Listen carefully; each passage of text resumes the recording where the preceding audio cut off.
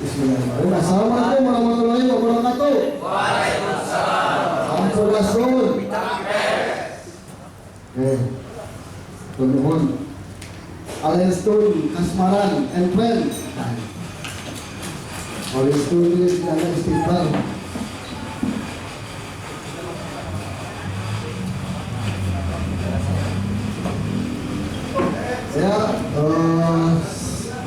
Selamat malam, selamat berjumpa dengan saya.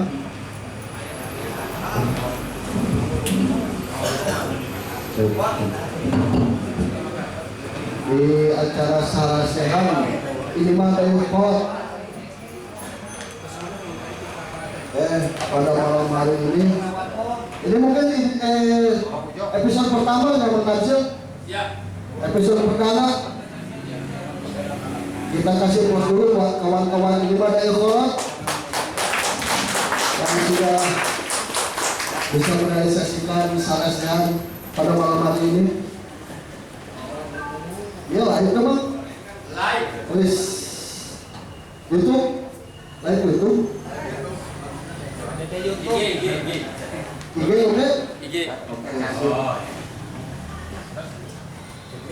Jadi selain bisa datang langsung juga bisa nonton streaming ya, Bang? Ya. YouTube-nya. Tapi jangan lupa nonton YouTube, diklik subscribe-nya ya, channel saya. Betul sekali. Pada malam hari ini mungkin yang akan kita bahas yaitu tentang budaya dan pariwisata. Menarik, percaya Bang. Kenapa kita ngambil ininya acaranya Sarasehan, tidak seminar atau tidak talk show? Rame tuh. Jadi kalau menurut Kamus Besar Bahasa Indonesia,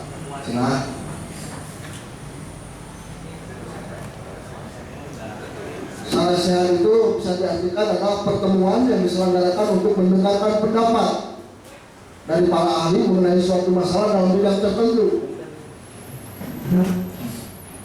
Kalau seminar, akademis etik teman-teman, seminar menurut Kamus Besar Bahasa Indonesia adalah pertemuan atau persidangan untuk membahas suatu masalah di bawah pimpinan ahli, minimal guru besar, pakar, dan sebagainya. Lamun talk show atau talk show dalam Kamus Besar Bahasa Indonesia bisa diartikan gelar bicara atau tayang bincang. Biasanya acara dulu ini tayang itu televisi. Nah, karena kita mau ditayangkan oleh televisi dan juga dipimpin oleh ahli, jadi kita ambil kesimpulan dalam malam hari ini acaranya adalah Sarasehan. Ini mendengarkan pendapat para ahli di bidang tertentu. Nah, yang akan kita hadirkan pada malam hari ini memang ahli-ahli. Untuk narasumber yang pertama, kita langsung aja ya. Karena waktu molor saja lumayan Bang. Lumayan lah. Jadi untuk narasumber yang pertama akan saya panggilkan Pak Yoharman Samsuk, AMD, Pak Esos, MSI. Beliau adalah Kabid Destinasi Dinas Disparbud Kabupaten Bandung. Mana Pak Yoharman?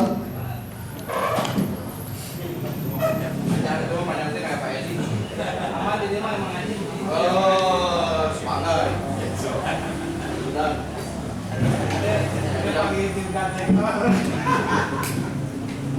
jadi beliau Pak Yoharman Kabin Destinasi dari Dinas Pariwisata dan Budaya Kabupaten Bandung.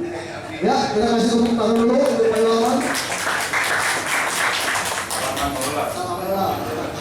Berapa? Di tengah Pak. Untuk bintang narasumber ya. Narasumber yang kedua akan saya perkenalkan, beliau adalah praktisi budaya. Wah, mana masa udang lah ya, karena makanya kalian tahu saya. Kamu ini Cipaku. Beliau asal dari Cipaku ya, mungkin juga Jawa. Kembali itu lah. Kembali Jawa lah. Hari ini boleh itu. Narasumber yang ketiga langsung saja saya panggilkan, beliau adalah orang dari Kolot, pemerhati dari Kolot, Pak Rudiana, Kesumping, beliau Kesumping. Jadi dua ya. Nah, sebenarnya saya nggak ikut, memang antara pertanyaan saya sebuah hukum, jelas lah pengalaman anak. Pemikiran anak, kegiatan anak, untuk aktivitasnya mungkin lebih disebutkan segala anak hasil nanti masa mata-mata atau sepuh pasti sepuh aku kasih buku panggung. Beli penasaran, kita langsung Pak Yoharman. Beliau ini Kabin Destinasi Pak ya? Pengembangan destinasi. Oh ya, sip. Kabin Pengembangan destinasi pariwisata. Kabin pengembangan destinasi itu seperti apa Pak? Bisa dijelaskan? Destinasi terang. Pak? Tahun. Bahasa Inggris sudah destinasi. Destinasi mah sebenarnya sesuatu yang satu tempat yang akan dikunjungi orang. Tempat yang akan dikunjungi orang ya. Pada dasarnya destinasi itu adalah satu lokasi yang mempunyai daya tarik untuk dikunjungi, dilihat, dilakukan sesuatu di sana dan macam-macam. Jadi itulah destinasi. Jadi bisa jadi gini Pak, kalau misalkan satu daerah ini berpotensi ini untuk menjadi wisata nih, mungkin Bapak urusannya untuk mengembangkan daerah itu menjadi daerah wisata. Dikembangkan bersama-sama. Bersama-sama. Sekarang,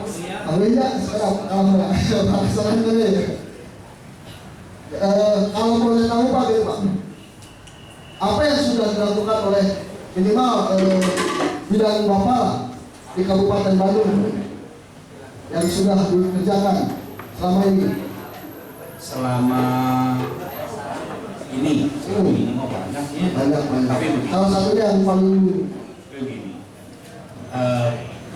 Pariwisata itu identik dengan lokasi yang akan dikunjungi, itu disebut destinasi satunya. Yang kedua, bahwa dengan adanya pariwisata untuk bisa daerah-daerah itu dikunjungi kan tentu berarti dipersiapkan. Nah, Kabupaten Bandung sudah mempersiapkan melalui kesepakatan bersama. Siapa yang bersepakat? Bersepakat itu adalah pemerintah dengan masyarakatnya. Masyarakatnya itu diwakili oleh DPRD Kabupaten Bandung. Dan itu ditetapkan di dalam Peraturan Daerah Kabupaten Bandung nomor 4 2019. Apa namanya? Rencana Induk Pengembangan Rencana Induk Pembangunan Pariwisata Kabupaten Bandung. Itu yang dilakukan. Dan mana saja yang akan dilakukan itu kita membagi zonasi. Zonasi itu wilayah-wilayah. Pertama, yang paling kita tahu itu kawasan Pacira, disebutnya kawasan wilayah Pacira. Pacira itu Pasir Jambu, Ciwidey, dan Sabali. Gitu. Itu kawasan yang sekarang dengan mungkin yang sangat terkenal atau yang banyak dikunjungi adalah Kawah Putih, ada Cimanggu di sana, ada Rancaupas dan ada Glamping. Gitu. Itu kawasan sana. Kawasan utara yang sekarang ini mungkin dekatnya ke timur gitu, itu ada Triple C juga. Cimenyan, Cilekrang, sama Cileunyi. Ini juga kawasan yang luar biasa berkembangnya. Nah, kawasan tengah khususnya Soreang, kemudian lagi itu daerah Cincin ya, Margahayu. Nah, termasuk sebagian Dayakolot itu sebenarnya kawasan tengah. Tapi dia punya ciri khas tersendiri. Kalau kawasan Soreang dan sekitarnya tadi itu adalah kawasan yang akan kita kembangkan sebagai daerah MAIS. MAIS itu Meeting Initiative Delegation Exhibition, daerah untuk tempat pertemuan. Ini simbol pengembangan pariwisata. Kalau di daerah Pacira tadi itu agrowisata, alam, kemudian juga alam dan agrowisatanya. Di sana ada desa wisata, ada segala macam. Nah, kalau kawasan yang utara yang tadi Triple C tadi, Cileunyi, Cimenyan, sama Cilekrang, itu kawasan daerah yang lebih kepada industri pariwisata yang juga menyatu dengan alam. Nah, ada lagi bagian di tengah. Bagian tengah harus wajib disebut. Dayakolot itu merupakan bagian tengah. Dia main dengan Balai Endah. Kawasan ini adalah kawasan yang kental budaya. Kental dengan budaya yang selama ini belum sempat kita angkat. Ini kita punya program untuk itu. Di situ mudah-mudahan komunitas ini juga support nih. Ada bagian yang satu lagi, bagian tenggara itu yang selama ini kita hanya mengenal kalau kawah Kamojang itu Garut. Padahal 8,83% dari kawasan Kamojang itu masuk kabupaten Pak ya? Masuk ke Kabupaten Bandung. Tapi orang mengenalnya Garut banyak. Nah, ini yang juga tugas kita lagi, bagaimana mengangkat kawasan ini mulai dari Kamojang, Ibun, Majalaya, Pasek, Pacet, Colokan Jeruk, kemudian dan lain Kertasari gitu. Nah, itu kawasan yang memang juga luar biasa. Antara lain itulah. Tadi menarik tadi yang saya cermati tentang Dayakolot gitu, ya, kawasan tengah nih. Tapi nanti Pak, nanti sabar dulu lah. Kamu jawab banyak. Kan kita yang akan saja saudara-saudara akal banyak. Betul. Kamu ini panggilan salam dia kegiatan rasanya akan berkecimpung dunia budaya ya. Kurang ini kita tunda dan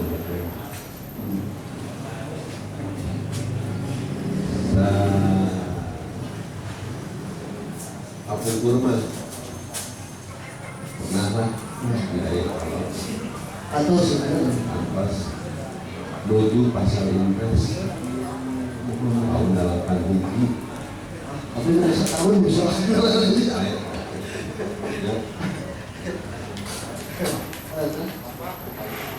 Dayakolot ini mah Dayakolot tapi air sama dapat sekarang beda dengan fokus dalam pamiji ya beda katingal beda acara yang awan Dayakolot bersirawat pesawat pusarana 3 litri teh aku kurma Pak bibit laut jati luhur ke sini kita sok busur kaki jauhnya ayo kalau parahna 3 litri teh di hari gitu ya ayo nate geningan tapi tamunya alipun macetna penduduknya kayak Lampung seueur bukan luka tarawis luka kedah di perapaskeunna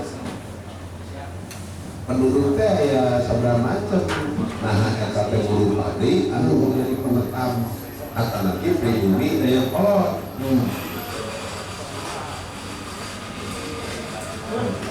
terus apa ya kapital abdul sebenarnya ini menjadi asli makin kalau mereka kecamatan Dayakolot ya emang harus besar awal kami kamu tidak undang pamili gitu diambil dengan kayaknya perubahannya sangat pesat sekali gitu bahkan memang kalau melihat dari jumlah penduduk itu pertamanya tidak hanya orang Dayakolot gitu kan yang datang menjadi buruh pabrik, buruh industri dan sebagainya dari luar gitu. Karena memang jangan tinggal kendali lah karena perkembangan teknologi gitu kan. Ya, jangan dia upami kacamata saya, Ya. budaya sarang pariwisata sudah sinkron. Bukan sih Nona. Akhirnya budaya milik pribumi. Ya. Dari buruh pabrik mah yang kontrak betak-betak penginginannya Ya. jangan lagi di satu ikutnya daya kolot budaya namun warna pasti pasihan Nah. salah andi antawisa budaya konsumsi paling itu dan namanya dulu tetapi ada saya tidak terpikirkan adalah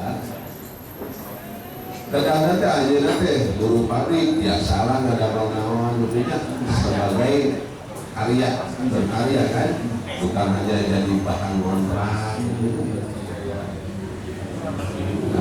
kayak upami atas jatuh kebudayaan bagi mesin proses atau lebih fungsi biasa ada sibuk biasa ada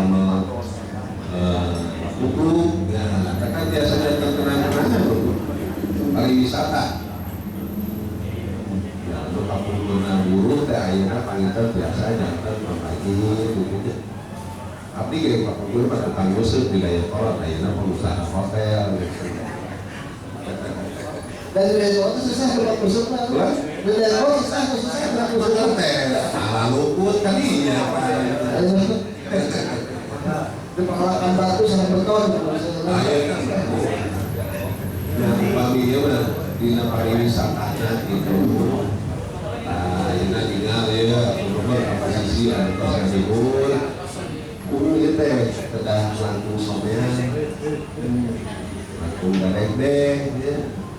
Umpaminya putra daerah, umpami sanes sama tadi mengerti Jawa itu somean. Enggak benten dina dia mah apa kabin upami destinasi apa jalan teh upami macet tapi datang kendala pak kemacetan ya keramah-tamahan ya semualah komunitas yang saya cintai semuanya bisa menjaga kerukunan kebersamaan untuk kemajuan daripada destinasi pariwisata. Jadi upami ayat tamu sema urang nanti sorean mah, omo di kasaran mah, omo urang nanti tertib mah, nah ya apa mah percuma di dirinya, ayong gitu, gitu. Nah ini dia ada pengalaman bisa ya, baru hotel, nguruskan pariwisata, balimnya, banyak yang pas kedah leres upami ayang maju mah daya kolot kamu maka rakyat kedah mah daya kolot sama yang dilarun teh biasa mah leuwih ahli-ahlinya leuwih awi teh amet biasa ya destinasi anu muntaskeun nggerakkeun kami leuwih awi teh kata teh dapuranana adalah biopori raksasa. Wah sama-sama wira agung-agung di pertama dengan damel ibu kota teh kita banjir, dah ada banjir, dah kampung kota leuweung awi, leuweung awi sadapuran awi teh biopori raksasa. Umpami jantan leuweung mah ieu biopori di hujan datang lopetna bumi. Kami orang memangnya ada yang kolot itu ya. Kami saya sampai saya cenah banjir wae da awi na kita ayam itu. Tahu dalam kali ini mah masih tele. Musuh teh awi rukun. Seueur kawan awi. Tadi teh kami leuweung awi biasa datang biopori dapuran lalu lintas monyet lalakitan gitu nya lami-lami oke wisatawan. Nah, tinggal disajikanlah seperti kafe ini gitu, badai kopi, badai daronan, badai biasanya tanpa masukan. Tapi di Oscar pariwisata. Destinasi itu adalah suatu lokasi yang menarik, yang dianggap sebagai kampung kreativitas. Nah, anu bade ditampilkeun tuh wagi-wagi saderek anu di daya kolot. Nah, wartana ieu mah daya mulai ini mah daya kolot. Jadi saya mau ngobrol ke pasar, mau ngobrol ke tapi teuing gitu. Itu malu orang-orang pada apa orang. Nah, itu Presiden Pak Yatman ini daya kolot. Tadi betul kata Bapak bahwa daya kolot itu punya ciri khas tersendiri. Sebetulnya sangat kental dengan budaya seperti apa yang barusan kami ini utarakan. Beliau juga dari tahun 81 sering dalam daya kolot. Wah, daya kolot seperti yang barusan diceritakan. Nah, apakah menurut Bapak ya, apa mungkin daya kolot kembali lagi seperti yang digambarkan oleh Awiwis tahun 81, di mana pohon bambu di sepanjang Citarum sebagainya. Kenapa? Ya, mungkinkah itu dikembalikan kepada tahun 81 Minimal atau paling tidak atmosfernya? ya. Kalau fisiknya sama sekali tidak mungkin. Kenapa tidak mungkin? Karena yang namanya budaya itu bentuknya kan ada 7 unsur kebudayaan. Satu diantaranya adalah bahwa kita tuh butuh pemukiman dengan jumlah orang yang banyak di Dayakolot. Tidak hanya masyarakat kita sendiri, ini bisa bahasa Melayu. Bebas. Karena kalau misalnya bahasa Sunda bisa nah, itu bahasa. Saya memerhati seorang Sunda. Jadi dicampur banyak Ya, Melayu. bebas Pak. Nah, jadi secara fisik tidak mungkin 100% kembali. Tetapi bahwa auranya bisa kita kembalikan, tentu bisa. Apa kuncinya? Gitu kan? Kuncinya sederhana. Kalau di dalam modern, dalam ilmu sekarang atau zaman Kiwari, menyebutnya itu ABCGM. A, B, C, G, M. Apa itu ABC itu? Ini akademisi. Itu adalah kita tidak bisa membahas sendiri. Bisa jadi banyak sejarawan di sini, banyak orang pintar di sini yang punya pengetahuan tentang Dayakolotnya, tentang teknologi yang sudah berkembang dan segala macam. Itu A. Jadi kalau memang kita ingin mengembalikan, jangan lupakan akademisi, yang pertama. Yang kedua B. B-nya itu adalah kita menyebut bisnis. Dayakolot berkembang sekarang itu adalah karena kebutuhan masyarakat kita. Muncullah industri antara lain. Bentuknya bisa macam-macam. Yang industri itu juga hasil budaya. Budaya itu di situ ada teknologi. Ya kalau kita urutkan teknologi yang berkembang, katakanlah di Dayakolot ini industrinya adalah industri tekstil. Industri tekstil itu dulu tahun 80 biji, waktu Kang Wiwi masih bisa mancing, ya industri itu seperti apa? Mesinnya seperti apa?